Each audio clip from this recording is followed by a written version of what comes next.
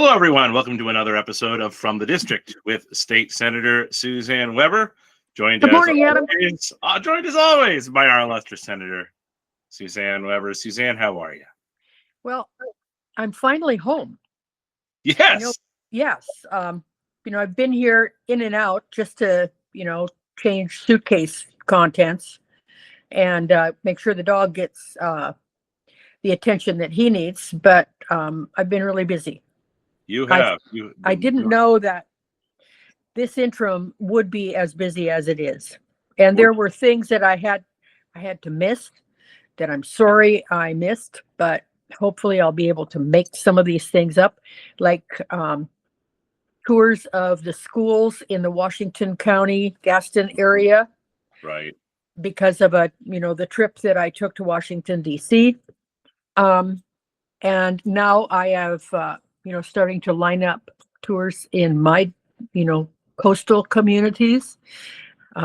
Astoria has written me a very nice letter asking me to come and visit, and I am looking forward to that because the last time we had a meeting in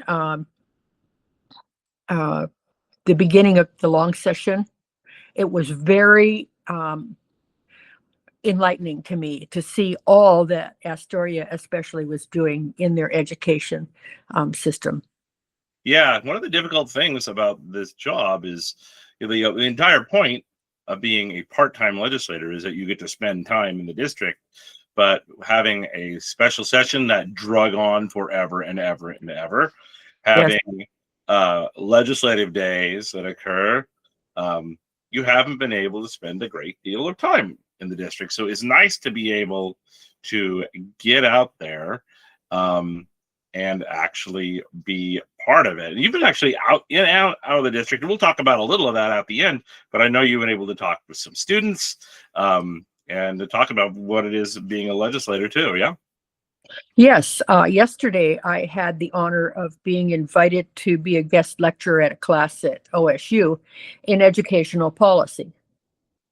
And how everything is interrelated, especially in the legislature. It was a wonderful opportunity for me to meet with the students in the class and talk, especially about, how the bills are made, how they're impacted, how they're written, and what kind of things that they're going to touch on. And the students sent me a couple pages of questions that they had. And so we had great discussion starters. And at the end, we had a wonderful discussion going forward about especially educational policy and their involvement in what government should be. And I told them, I said, you are the technological generation. You have grown up with technology, because one of the issues is, how is AI going to be addressed in our school systems? Right. And so we had a wonderful discussion about, the parameters, how it can be used in the classroom, how going forward we need to look at that. And Senator Fredericks, who is the chair of the Education Committee, just returned from 12 days in China. And one of the things he was most impressed with is the use of AI in all aspects of their life. So we've got to start looking at not only education and how AI is going to impact education and our schools, but the rest of society also. Farmers, especially, are using AI in China. That's interesting. Yeah. Oh, the things that we talked about. He and I had a long discussion about his trip and all that he learned, and it was fascinating to see the advancements they have made that we have not. Right. And so we have catch up to do, whether it's in education, whether it's in farming, whether it's societally. But what kind of parameters are we going to put on this to make sure that our kids in the classroom are safe? Well, that's really the big question. I think whether we want AI or not, that toothpaste is out of the tube. I don't think that's ever going back in. But the question is, as a society, what do we want this to be? And in terms of education, I was a teacher for a number of years, and I cannot imagine teaching in an environment, especially like middle school and high school, where you've got kids writing papers and doing research, in a society that actually uses AI. And you wouldn't believe some of the tales we're already hearing about papers that were being turned in, that where AI was used to write those papers, and 4 papers, the same papers, turned into the class, identical. I read an article on an attorney who had used AI just to write their briefs and had cited cases that never existed. So before we get too far down the rabbit hole, like, AI is a thing. It is going to be here. The question, I think, just becomes, like, let's not jump onto what that is too far. Because it still has a lot of perfecting to go. But I think how we use it, how we constrain it, is going to be very, very important to us as a society. I'm a millennial, and everybody told me when I was growing up that I was the technology generation. But I still went to school and brought floppy disks. In my papers. So clearly I'm no longer the technology generation, because I didn't grow up with it. Just like you said, these kids now, they were born into it. A lot of this technology, at least for me, it came about when I was the latter years in college. Right. But these children have been sitting at restaurant tables with their parents' cell phones since they could sit up. Oh, that drives me nuts. I know. Maybe it's really get off my lawn-ish, but look at me when we're here. I'm here. Yeah, drives me nuts. I know I say that while we're sitting here looking at computer screens doing this, but yeah. And we did have an informational session at our interim committee on education on AI, and we heard from Tigard School District and from Higher Education Coordinating Commission and the director of Robotics and Intelligent Systems Institute at Oregon State. So we did get a wide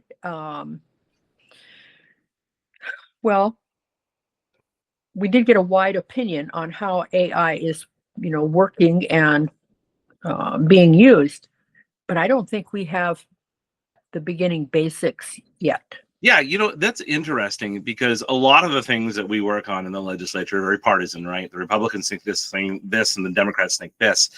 I have seen, and tell me if this is what you're seeing as well, I have seen a nonpartisan split here. There are many Democrats and many Republicans who have grave concerns about AI.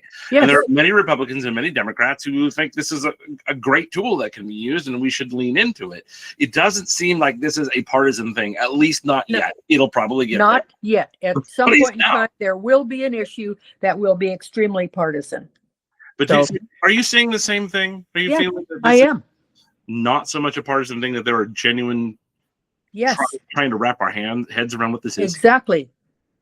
Well, that I think can be hopefully a cause for some good policy making, when people are less concerned about putting on their red or blue jersey and more concerned with actually thinking about, well, what is this going to mean for us? And what is it going to mean for the next generation? And what is it going to mean for a society and culture at large? It's really easy sometimes to think, well, this is going to be great because it's going to be so efficient. That may be true, but what does it mean for our impacts for society? What does it mean for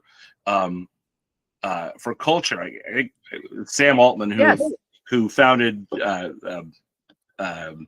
ChatGPT, was saying that, well, once we get AI up and running, nobody will have to work. We'll all just make art. And I think that is an adorable thought. It's a thought, but it's not. But work means something, right? Putting in a day's work for a person, that has a lot Exactly. of importance. It gives value to us as human beings. So just they Exactly. wouldn't stop working, and it seems unlikely. I hope. I agree with you. I mean, art would get. I like art. It'd get boring after a while. I actually want to do something. Okay, Yes. well, that's very interesting. We had not planned to get on that tangent, but I think it was a very good one to get on. But here's something that I think we are all talking about, and that is the transportation package. We've been talking about this for what, 6 months? 6 months. Well, no, actually, 11? we've been talking about it for longer than that because we're into the 11th month, and we've been talking about this since February. You're right. You're right. So the transportation package. If you're listening to this, Yes. you probably already know what's going on. But in case you don't, the transportation package was signed by the governor. She waited till almost the last minute. Gave us a couple days, and then she didn't tell anybody she had done it. Yeah. People had to discover that it had been signed. Right. But in the interim, waiting for her to sign it, people went to work. Mm-hmm. Because they knew she would sign it. Right. And they wanted to have a structure ready for when she did sign it to get out there and start collecting signatures. Because you couldn't collect signatures until she signed it. You cannot refer something that is not law. It had to be law, and it couldn't become law. It had to be law if you signed it. Or she allowed it to go into law without her signature. Also a possibility. But so she has signed it. And it's been a number of days now, a week or so. And well, yes, it's a week ago today that she signed it. Right. And because we had one full weekend of being able to collect signatures. And I think that the number of people that turned out to sign those petitions was incredible, because in 3 days we had 42,000 people with 18 districts not reporting sign. Now we need a minimum of 70-some thousand signatures, but I am sure that we are going to pass the 100,000 mark. That's the easily. Key. That's the key, because we have until December 23rd to be able to turn those signatures in. And I think that 100,000 mark is key, because as you mentioned, yes, you need 76,000 valid signatures. But here's the reality. When you're out in the wild collecting signatures, you don't know the people that you're saying, hey, do you want to sign this, right? Especially up in Astoria, maybe somebody's come down from Longview, and you just say, hey, you want to sign to stop a massive tax on gas here in Oregon. If they're not paying attention, they don't understand how this works. They're not political. They don't really understand how the system works. Yeah, I'll sign that. Well, that not only invalidates that signature, but it invalidates the whole page. Yes, and as a point to this, we've had several recall petitions out there in our district, especially. Right. And there was one very telling petition out there that was rejected because two signatures or two sheets had signatures on them that were not related to that area. Right. And so, recalls and petitions in general are very difficult to monitor. They are. So you want to get, the point being, if you're going to need 76,000 valid, you want to get at least 20% over that, right? Yes. So that 100,000 mark, I think, is a really good way. But the fact that we're probably pushing 50,000 or more, so we're halfway there in less than a week, that's impressive. 3 days. 3 days. I think it's also important, though, is that's really something to be excited about. It is. But you know what it tells me? People are paying attention. Right. And that is what we have not had in a while, is people understanding and paying attention to what was going on politically. But I think one thing we do want to bring up is it's great that we're being so successful this early, but it's really, really easy to hear that and say, you know what? They're doing so well. They've got this handled. I'm not going to worry about this. You don't know. As I've run these things before, and it is the stress of trying to get over the finish line is so much, and trying to just get people to sign the thing. Yes. Yes, the excitement is that first week. There's a lot of excitement. Well, what happens in the second week, and what happens in the third week? You get less excitement. You get less volunteers. You get fewer places to sign. You need to sign this, folks. If you want an opportunity to vote on this massive tax increase, massive gas tax, which is a remarkably regressive tax. If you believe in a progressive tax system, which a lot of our folks, friends on our left do, everybody pays gas tax. Everybody, Yeah. you're poor, you are. In fact, if you're poor and you have to drive to work, you probably pay more in gas tax than somebody who's driving a Tesla, for example. And I will tell you that there are people who have minimum wage jobs that live outside of, 5 to 7 miles. And at times I have known those people to have to walk to work because they didn't have the money for the gas, or they had enough money or they had enough gas to get to town, but they didn't have enough to put anything in the gas tank to get back home. Right. I mean, you live in Hebo or you live in Cloverdale and you work in Tillamook. Gosh, that's a 20-mile drive one way. Right. It's a one-way drive. And so you do that enough times, and this gas tax is extremely hard on people in the rural areas, especially. Yes. You can't jump on the max. No. Getting from Pacific City to Tillamook. You can't jump on very easily or very conveniently a bus going from Jewel to Seaside, right? Right. That's just not going to happen. So the folks who get hit the hardest are the folks who live in rural areas, who tend to be lower income and tend to have to drive farther for service. Right, whether it's for work, for your doctor, for your groceries, and for folks who say, "Well, you just need to move." Like, have you ever? That's expensive. It's expensive, and where are you going to move to? Right. So, and then you look at the cost of living where you think you're going to be better off. Right. It doesn't always pan out to be for the best. And I just looking at history, the last time that a transportation package was put on the ballot, which I believe was about 20 years ago, a little less than 20 years ago. 2017. Oh, was it that? 2017 is the last biggest transportation package. Really? I thought it was in 2008. I believe you. It failed by spectacular margin. I'm sorry. You said on the ballot? Yes. Well, 2017 was the one that passed through the legislature. Yes. I'm sorry. When it was the last one that was referred from the legislature to the ballot, I think was 2008 or 2007, so something like that. And it failed by like 60%. So I think folks understand, the governor and her allies understand that if this gets to the ballot, it will fail.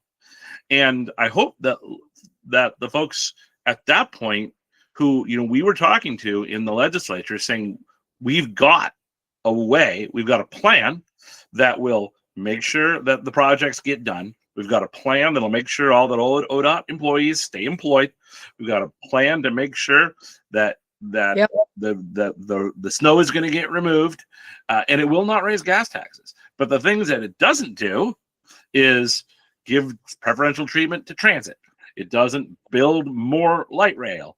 It doesn't add more bus lines. It doesn't do these things that are very popular in the climate extremist sort of world. And but we don't have that in rural Oregon. No, we don't. We have wonderful bus service here. I see the buses go by my house every day. Sure. But that is not, they don't go out into the hinterlands to pick up these people. Yes, we have dial-a-ride so that people can get picked up for their medical. But all of that is extremely difficult to access for a lot of people. Right. So I think it's important for folks to realize is that we put forward a different plan that would have addressed the issues and funded the department. It's not like we're just Yeah. come out saying, no, we don't want this. We No. have a plan. We and had we a plan. look forward to it. And I think when this fails, because assuming we get it to the ballot, it will fail. What I hope that really does is it forces the other side. It forces the Democrats to the bargaining table. Say, let's talk about this now. You didn't get your way. You're not going to get your way on your extreme plan, holding our roads hostage. And that's part, you say roads hostage. That's the thing that most people are really upset about, is that our legislators did not listen to the people telling them what they wanted. Right. And I think it's perfectly understandable for those folks in the legislature who think giving a bunch of transit, climate justice money to the Portland metro area, if the legislature wants to try to do that, that can be done in a separate bill. But when you have this massive omnibus bill and you're saying, well, if you don't vote for this, you're not going to get your bridge built until you're not going to get your snow removed on Highway 6. You're not going to get your potholes fixed on Highway 30. That is legislative terrorism. Should be perfectly honest. It is. And that was the really interesting thing about talking to the students yesterday, is they didn't realize the people that were being laid off as a result of the bill being held hostage were maintenance and preservation people who kept the road running. Right. And that was only 2% of the budget. Right. And what just blows my mind is that the governor could have signed that bill immediately because it was an emergency. But for political reasons, she didn't. Right. So that means one of two things. One, it really wasn't an emergency, and she could have found the funds at least for a little bit of time for us to continue negotiations in good faith. So that's one. Or two, it really was an emergency, and she let these families suffer. She let our maintenance suffer for political reasons. Both of those things are bad. They do not. Because there were many people who realized that layoff was coming, and they left their job. Well, I would. Right? They quit their job so that they could go and find a job that was more secure. Right. It's just no way to run a government. And no, it's there are some real basic things that I think we all agree on. Republicans and Democrats agree on the government should be doing. And we've got disagreements among a lot of them, but I think one of them is making sure that the citizens are kept safe, and two, making sure that we have a transportation infrastructure across the state. Yes. I think those are two big things that we all agree. The government should do those things. And here's the thing that is really upsetting me lately is that, I said the big bill was 2017 with all the projects in it. Mm-hmm.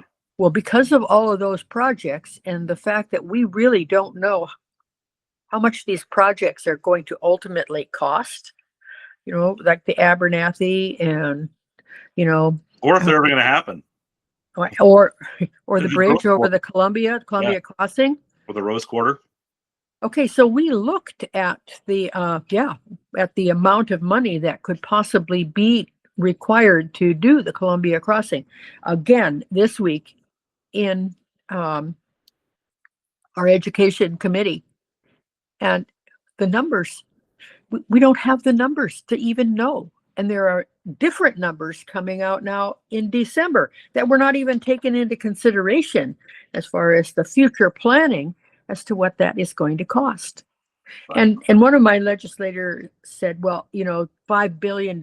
And we tell them that they can spend $5 billion and that's the bridge we get. I don't think it works that way. No, because we still do not have a bridge designed.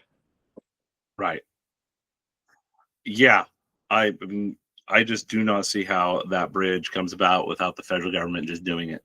I just don't see it. And the federal government has committed funds to it. But can we in Oregon be able to pick up the rest of it? Well, and that's my point. I think the answer to that is no. The answer is that is no, because where are we going to get it from? Well, we're Where are we going to get it from? And the regulations around it are so extreme and take so long to do that it's going to take 10 years to do. And by then the cost will have gone up by eight or nine times. Well, then where's that money come from? You look at the Abernathy project, and what did they say? Something like 300 consultants on that job? Yeah, 300 consultants? Why? Why? Anyway, so where we are today, is this day being November 21st in the year of our Lord 2025, is that we have a little over a month to collect about 100,000 signatures to get this on the ballot so that everybody has an opportunity to voice their opinion on it. Should we do this or should we not? And I hope if it happens there's another big push this weekend. Yeah. Driving up the coast last Saturday, I saw several places where people were actually in line to be able to sign. Yeah. I know that rumor that Tillamook was at 140% of its goal.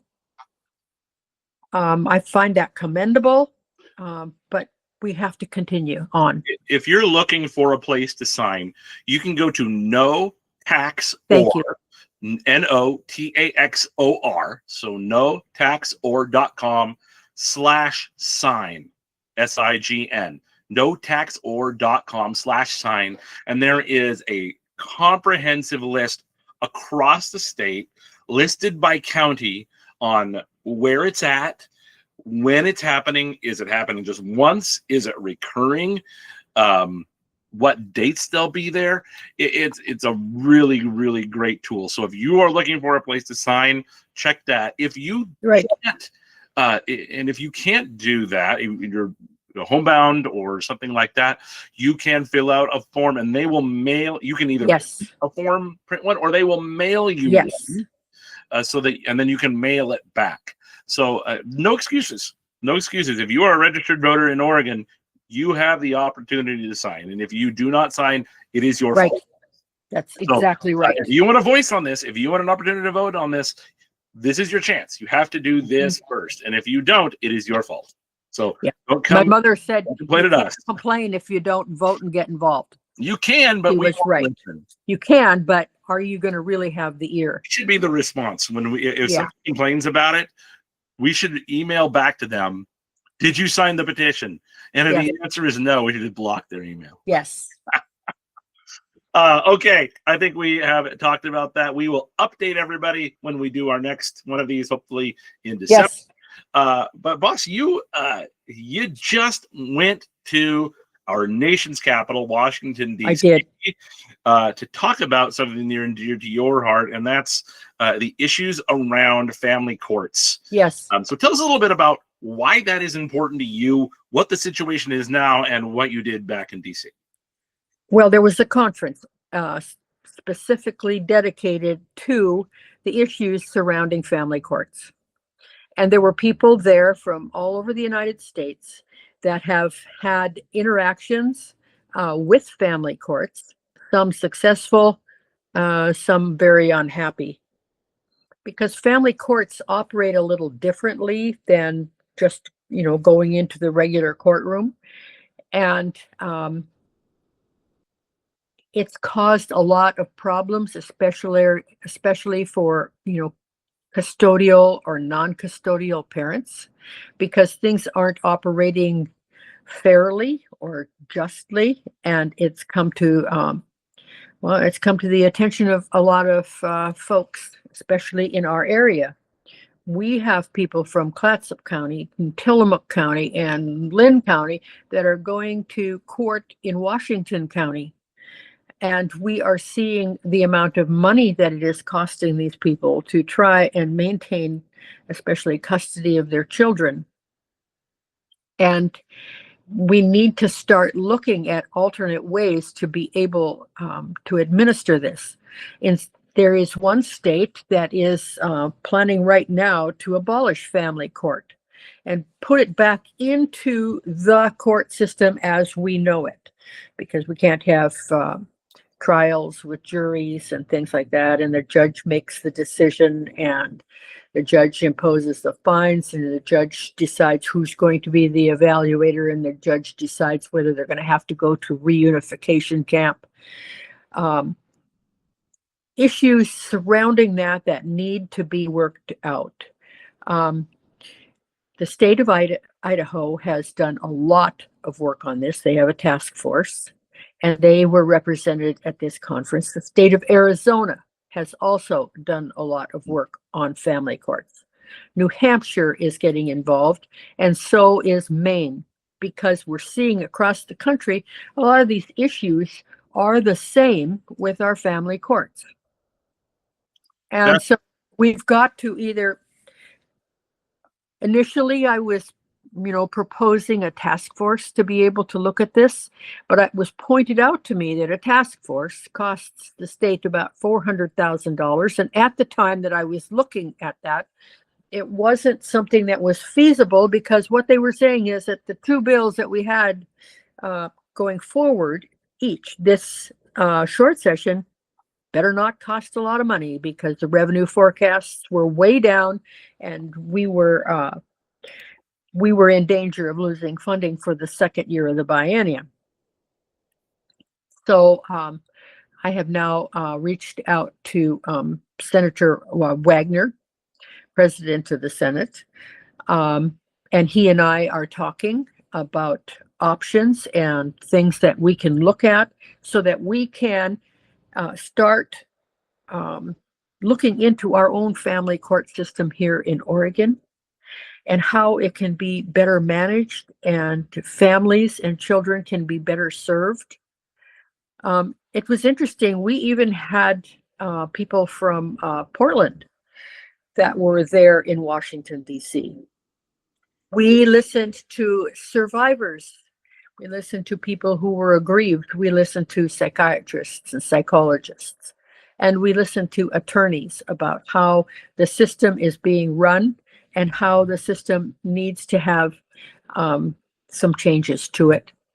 Because once again, we pass something, and then 20 years later, we look at it through the microscope and say, hey, this isn't serving our people.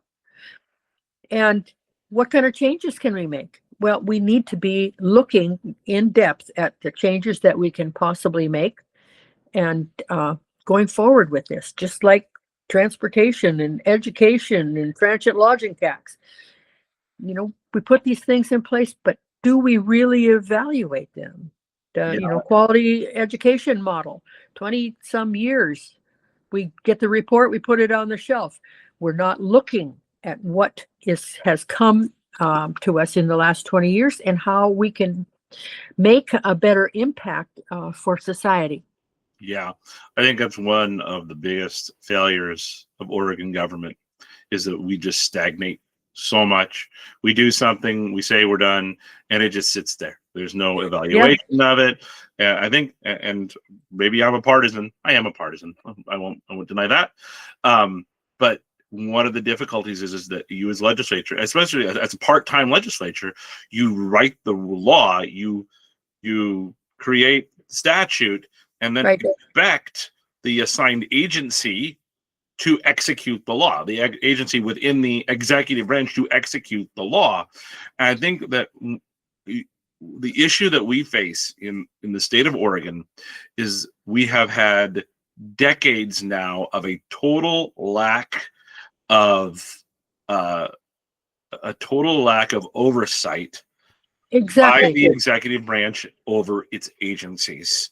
And I think maybe the agencies are just these little fiefdoms that are controlled within themselves. Right.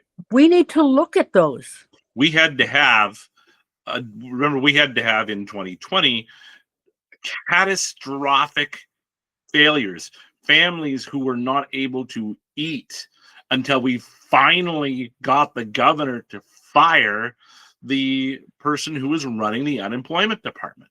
The level of total catastrophe that has to occur before agencies are held responsible. I mean, it's just completely unbelievable. Well, it is. We were looking at the level of complaints that are coming into some of these agencies, and the fact that the agencies are so far behind in addressing these complaints. Right. People aren't getting fair treatment. Connect this to ODOT, what we were just talking about. When you say in 2017 you need this much money to complete the projects, and 8 years later most of those projects are incomplete, and you don't have nearly enough money to actually complete them. In any other sector of society, you would be fired and probably not be able to get a job in that sector ever again. Right. But you don't see that. No. I think this last go around, I think the governor, the rumor was going to fire the head of ODOT, but he retired. But that's what it took. Yeah. And that's until we get to a point where the legislature always looks at agencies and agency heads with respect, but immense skepticism every single time, scrutinize everything they say. Yes. Until we start doing that every single time and seeing them as not as our friends, but as our employees. Right.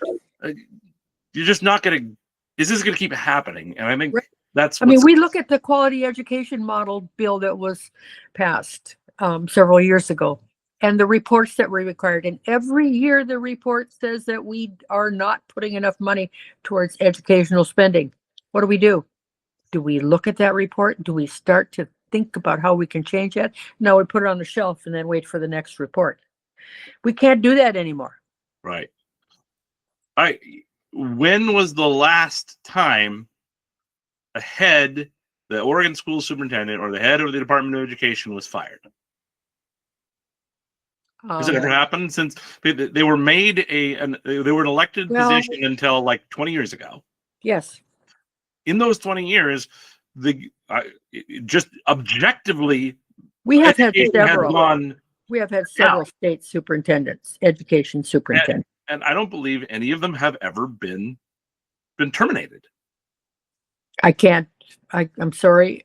I don't know that. Yeah, but I can't remember it. No.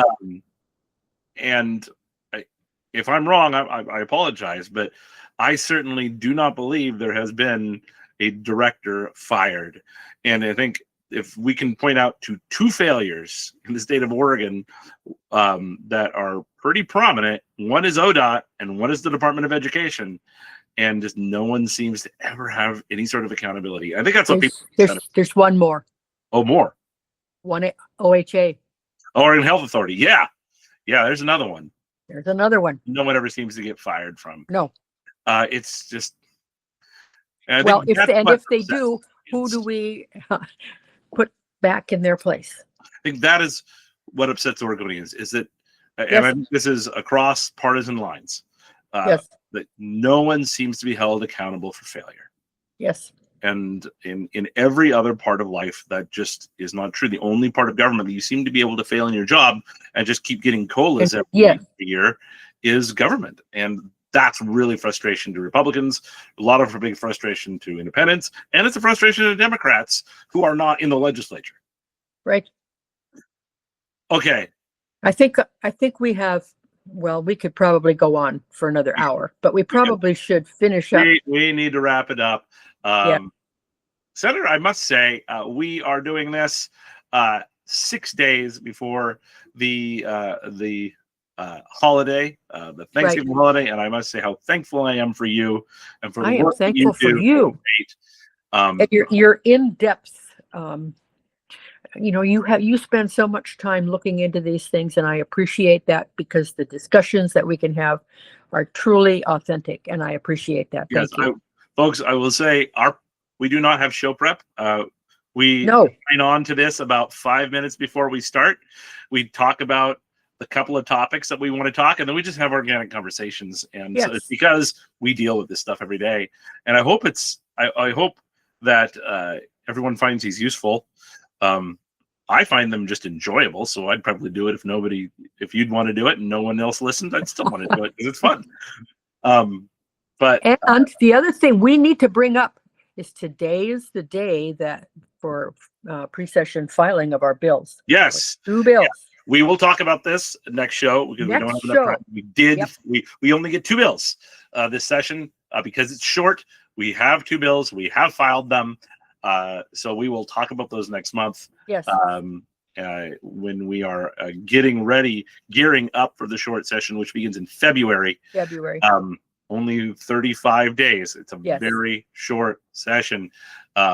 So we got to have things greased and ready to go. So we'll talk about those.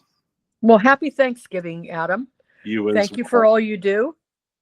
Well, it's my pleasure. Always enjoy doing this. Thank everyone. You. Hope everyone listening has or has had a wonderful Thanksgiving. Yes. And has a wonderful. My wish too. And has a wonderful holiday season. There's always so many wonderful, fun things to do in the holidays around the district. So get out there, be part of your community, enjoy the holidays. It's my favorite time of year, and I know I'm not unique in that. But all right. Thank you very much, everyone. Thank you much. Thanksgiving. You as well. Thank you, Senator. Have a wonderful holiday season, everyone, and we'll catch you next time.